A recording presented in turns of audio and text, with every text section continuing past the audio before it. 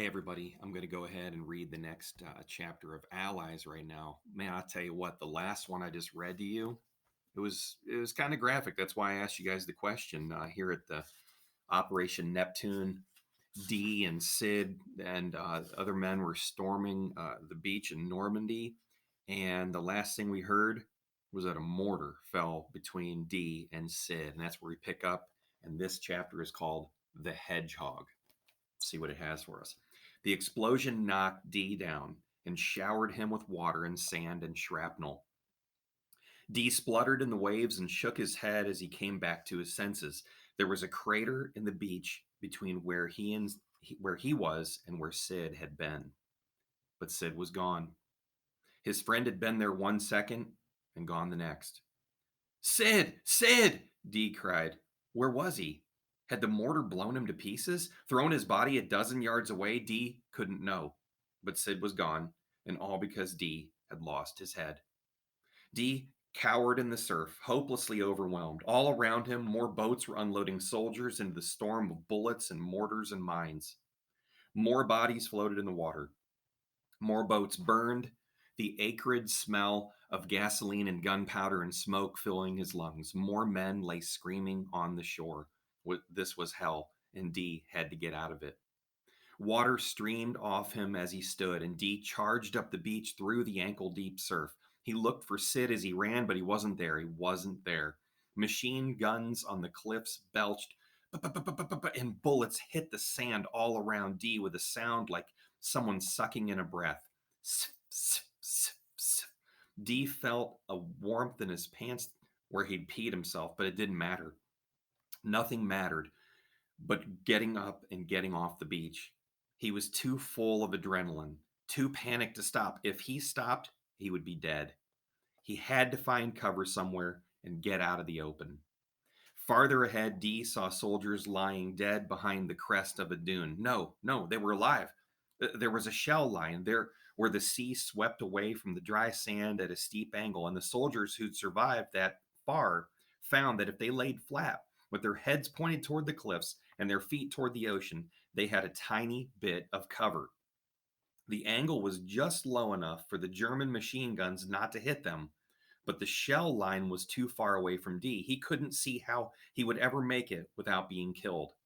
One of the big metal hedgehogs was closer, and D sloshed over to it and threw himself behind it. Bullets pinged off of it a second later, tink, tink, tink, tink, and then he felt one rip through his jacket but miss his arm. He noticed for the first time that his uniform was shredded and dark red in two other places, low on his right leg and up near his left shoulder. D hurriedly wrapped both wounds with bits of cloth to stem the bleeding. Down the beach, two soldiers waded to shore and then broke for his hedgehog at a run. Come on, hurry, D called, urging them on.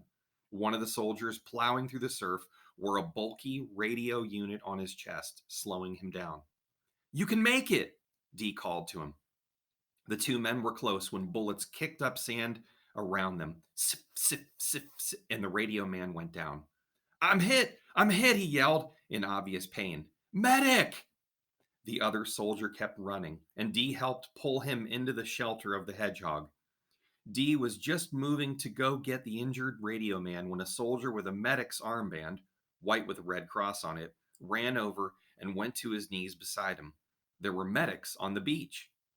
D's elation was fleeting. A new hail of bullets cut down the medic where he knelt and finished off the radio operator, leaving them both dead in the sand.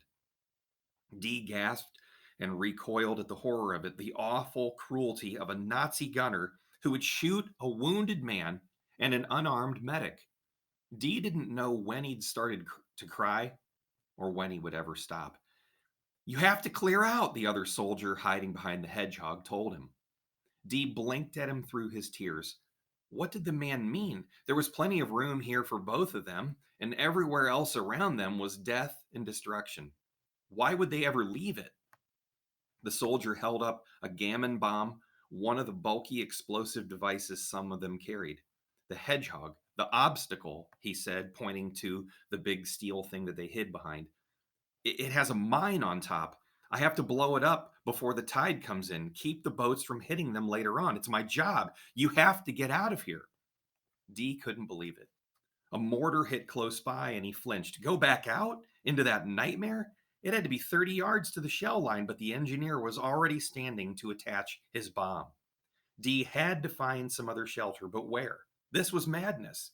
What kind of invasion was this? Who had decided they should come ashore in daylight into the teeth of the German guns? Why hadn't the naval bombardment taken out the pillboxes on the cliffs? Where was their air support? Where were the tanks that were supposed to cover the soldiers' advance up the beach? This had to be the worst invasion in history.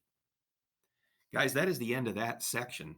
The next one we're going to be going into is called Operation Amiens. I think it's how you pronounce that. June 6, 1944, mid morning, just off the coast of Normandy. I got a question in Google Classroom for you based on today's reading. It'll probably have something to do with D, maybe even Sid. We don't even know where Sid is. So check it out. Thanks again to Scholastic for allowing us to read these things to you guys while we're stuck at home. Have a great day. Get your homework done, and we'll talk to you later.